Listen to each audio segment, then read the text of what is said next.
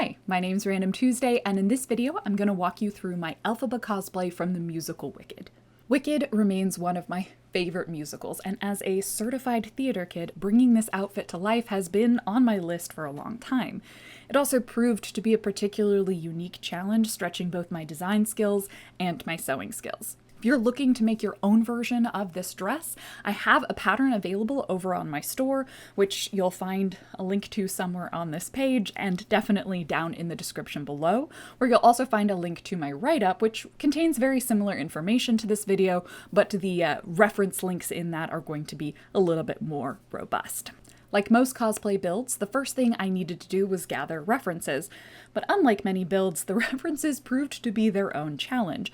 Because this is from a live production, unless I was gonna break into a backstage and take a bunch of pictures myself, I was very reliant on what was already out there on the World Wide Web. There's no video that I can scrub through and screenshot effectively. There's no photo mode that I could go into.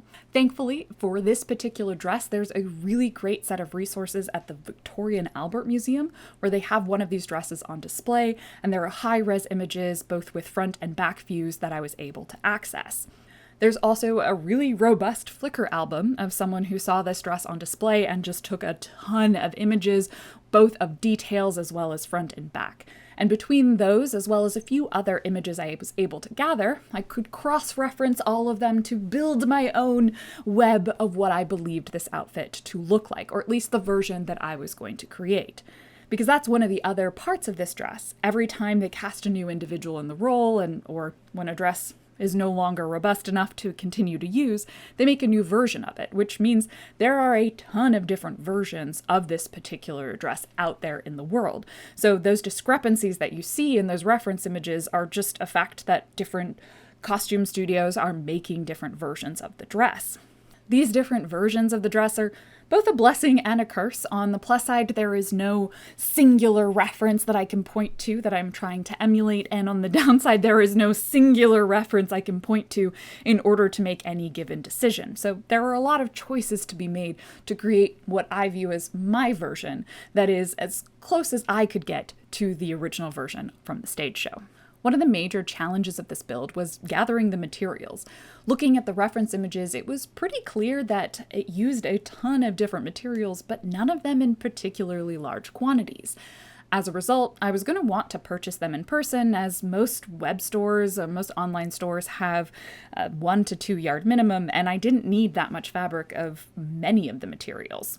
Unfortunately, I live in the Seattle area and I have limited access to the number of in-person fabric stores, unlike New York or London, where most of the costume shops that would have made this dress are located, and they have these fabulous fashion districts with a ton of options available to them. I did get to use some stash busting from previous builds because it turns out I have an abundance of dark satin fabrics, but overall, in this video, though I'm going to show you the fabrics I used, talk about some of the choices that I made, really it's going to come down to what you have access to, where you are, and the overall vibes that you're going for.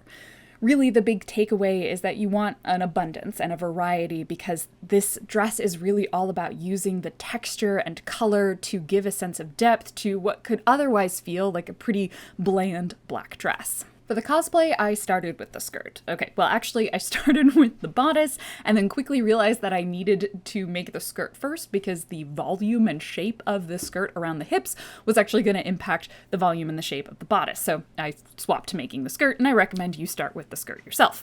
The base of the skirt is pretty straightforward. It's a paneled trumpet skirt with some gores. It fits close around the hips and then flares out starting just above the knees. I used a sturdy black quilting cotton as the base fabric, both to keep it as breathable as possible and to use a sturdy material that I knew could support the weight of all of the ruffles that I was going to add to it. It zips closed in the center back and has a twill tape reinforced waistband. The entire thing sits on top of a corset that allows the weight to be distributed around my waist and not dig in any particular spot. The rest of the skirt is really just the ruffles, like a whole bunch of ruffles in different colors and textures and fabrics. To figure out roughly how many I was going to need, I did some very loose napkin math, which involved like counting the number of ruffles that I could see in the reference images and taking my measurements and guessing how much the circumference of all of them was going to be and so on and so forth. And the conclusion that I came to, which is the most helpful piece for you, is that I needed about 7 yards of fabric total, and that was going to be divided up against all of the different colors and textures and materials that I was going to use. So for some of them, I ended up with, in the end, about 15 different fabrics. I didn't purchase them all at once. I really stuck with about half-yard amounts of any given fabric, some as little as a third if I didn't want to use it super often. And I just sort of purchased them over time. I would get some of the basics, and then I would investigate another fabric store, see if they had anything new in, and just sort of build up that texture palette over time. I stuck with mostly dark colors and blues and purples, some teals, as well as a whole bunch of different black fabrics that had different textures and weights to them. Things like chiffon and organza interspersed with some velvets and just what like the weird fabrics that I could find in the Halloween section of Joann's, which turned out to be like incredibly useful, and I'm incredibly sad that that is not a thing I have access to anymore. So really just focusing on different textures and colors to build that sense of depth and variety. Because from a distance, the skirt is intended to look kind of almost solid black, but if it was actually solid black, it would look really bad on stage. So using all of those different colors, give it some depth, allow it to react well under different types of lighting and different appearances. So I really wanted to get that feeling that you have when you look at that stage skirt, little bits of glitter, a feeling of texture and weight. To construct the ruffles, I cut 3-inch long strips in whatever the longest length of the fabric was, normally that 60 or 45-inch width, and then chained them together, sewed them together into a continuous strip. For those joining seams, I used a mixture of serged or French seams, depending on the material. For things with color, I tended to use French seams so that if they did flip over, they would be a little less visible, and that was entirely because I did not wish to change the thread on my serger. For any of the thick and the opaque black fabrics, I used mostly serge themes, and then anything that was slightly translucent, like an organza or a chiffon, I used a French seam so that if it was visible from the outside, it was a little bit more subtle and a little bit of a cleaner finish. I finished one of the edges of the ruffle using the rolled hem ability on my serger. This saved me a ton of time. I would not recommend doing any of this by hand. Not all materials needed this finishing. It was only for the ones that were going to fray. But when you look closely at the reference images, this also appears to be how they finished a lot of the material edges. And then I used the gathering setting, or essentially the differential feed, on my serger to then form all of them into these continuous length of ruffles. To lay out and start placing the ruffles on the skirt, I started with this very prominent sort of red swoop that you can see. It starts kind of over one of the hip bones, swoops across the front, and then disappears somewhere in the center back. Despite all of the variation in the different skirts, this is a pretty consistent feature that I could see, so it became kind of my central point where I would then lay the ruffles kind of going out from there. Before I sewed anything on, I did sketch roughly where I thought the ruffles were going to want to go, did some layout as well, even with string, while it was on my dress form to really get a sense of the overall flow, and then used some tailor's chalk to mark those in place. But ultimately, a lot of the ruffles were just placed and then sewn and then place some new ones and then sew and really kind of see how I felt, filling in as I went. I ended up with really loosely spaced ruffles at first and then added additional density to them in order to really give that sense of volume. Each ruffle is sewn roughly 1 inch apart. It's not precise, I did not measure them, but that allows them to overlap with the above and below row and really give that volume and that shape. Whenever there were ends, I sort of lifted them and kind of tucked them underneath so they sort of nicely swooped into the row above. And then at that center front where some of those rows meet, I did a very loose and kind of randomized over-under pattern. I didn't want it to seem at any point particularly regular. And that's really the overall aesthetic that I was going for. This is intended to be a really naturalistic looking design. I think in the reading about this outfit, like it was inspired by sort of geology lines in rocks. And so that I took as a piece of inspiration. Nothing wanted to be regular or ordered. I didn't want any sense of pattern. So that intentional but randomization is one of the challenges that came with this skirt. Lastly, I finished the skirt with some twill tape to finalize the waistband and cover over any of the edges of the ruffle along the waist. I added a couple of hook and bar closures alongside that center back zipper.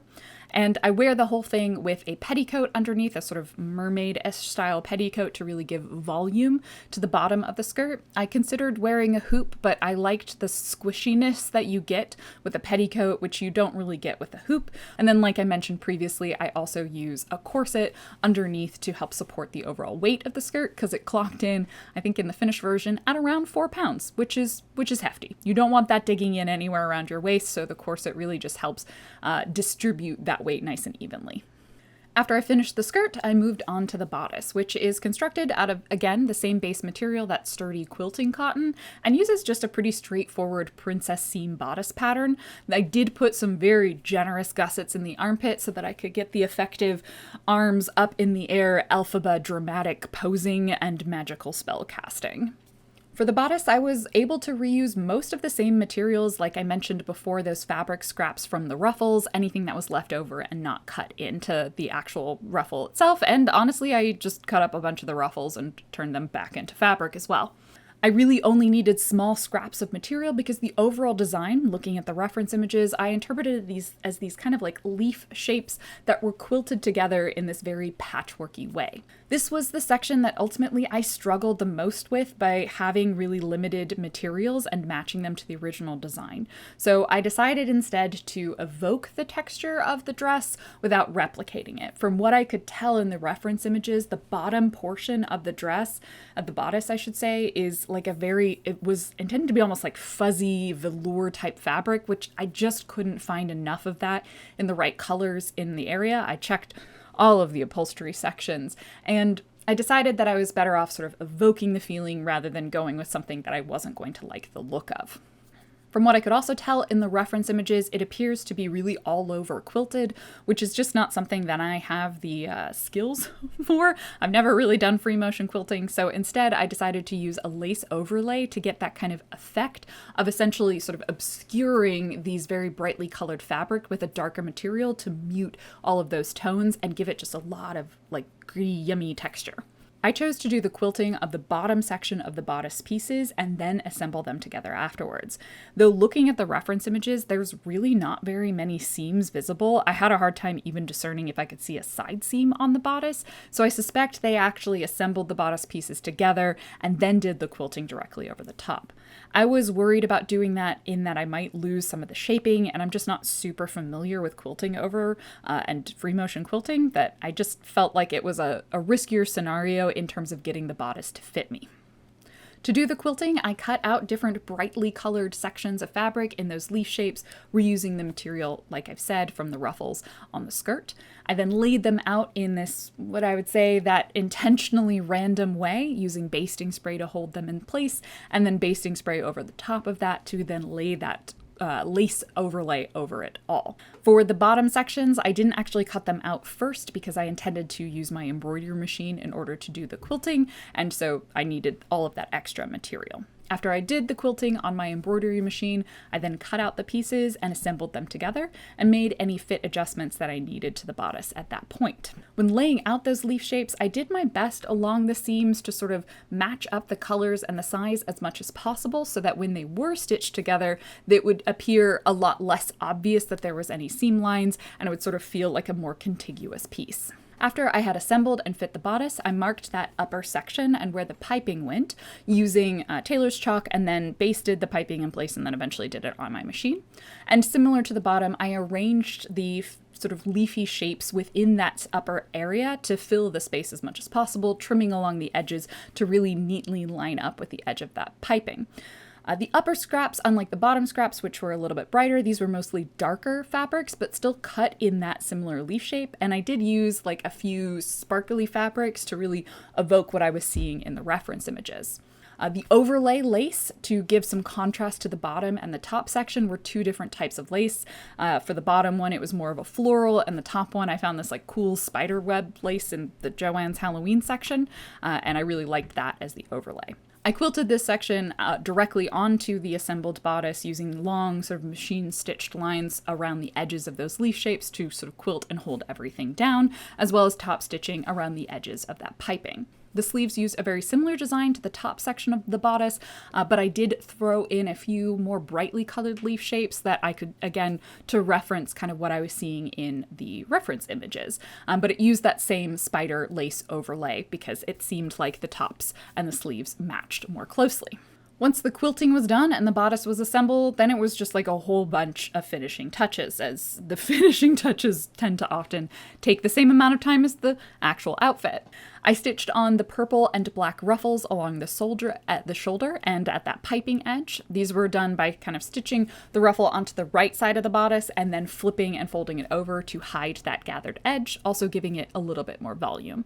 I top stitched 3 velvet ribbons along that abdomen area, one covering one of the center front, or I guess side center front seams. I hand stitched a floral beaded applique onto the yoke section, and while I did at some point have an intention of making my own embroidery, it turns out I'm like not great or particularly experienced in beading, and I didn't particularly enjoy it, so I ended up using a pre-purchased beaded applique. I added the trim on the wrists by folding over kind of a gimp ribbon trim that I found and adding some fabric scraps to kind of give those leaf edges. I machine stitched the piping to the hem and then hand stitched some bugle beads to the hem, or so I should say the piping around the yoke area. I also outlined a few of the leaf shapes along the sleeves using a hand-stitched rat tail, matching the reference images again, and lastly added a few kind of dangles, I should say, of rat tail and other kind of thick black strings that I found to really evoke that original design. After the bodice and the skirt were finished, the last major portion was, of course, the hat. It is iconic and part of this design. It was a fairly straightforward witch hat pattern, a round brim with a pointed cone. I did place the cone slightly off-center on that round brim to kind of help give it that characteristic swoop that it has on its side. And there's also like a little bit of a bend in the top of the cone by just adding a dart into that back seam. The trickiest part of the hat was actually the fabric. When I zoomed in on those reference images, I decided that it was pretty sure that it wasn't actually a pure black fabric. It appeared from many of the pictures that I could find to be a navy fabric with a black textured pattern over the top of it. I could not find a fabric like this anywhere, so of course I said it's a small amount, let's make it. So I made a stencil using a snakeskin pattern because that seemed closest to what I could see on the design, which I purchased on Etsy. I then scaled it to the correct size and cut it out on my cutting machine. I then placed that onto the navy fabric and dotted and dabbed the fabric paint into that stenciled design, roughly in the area so that I didn't make a ton of excess fabric. I marked out roughly the size of the fabric pieces that I was going to need. In general, if you want to know more about assembling witch hats, I have a whole separate video on that you can definitely take a look at to get an idea of how you sew all of the pieces together. Of course, to finish this whole look off, I needed to go green, so I used the Mehron AQ Paradise in Amazon Green, and I more or less followed an existing tutorial that you can check out online. I've got linked from the original makeup artist on the Musical Wicked, so it's a great resource and better than anything that I could describe for you. For the gloves, I used some We Love Colors seamless nylon gloves. They're really great, so you can take them off and still properly wash your hands at a convention. I started with Kelly green gloves, and they were way too bright. They did not match the makeup at all, and they were incorrect for the character, so I stripped some of that color out using Rit dye remover and then re-dyed them using a mixture of greens and yellow Rit dye more dye. Obviously, if you're starting from white, that might be a little bit easier, but either way, you're probably going to want to custom dye because I didn't find that any of the exact We Love colors, existing colors, were quite right to match with the makeup. Like most of the cosplay gloves I make, I added some fake nails, drew on some texture lines to give them a little bit more realism.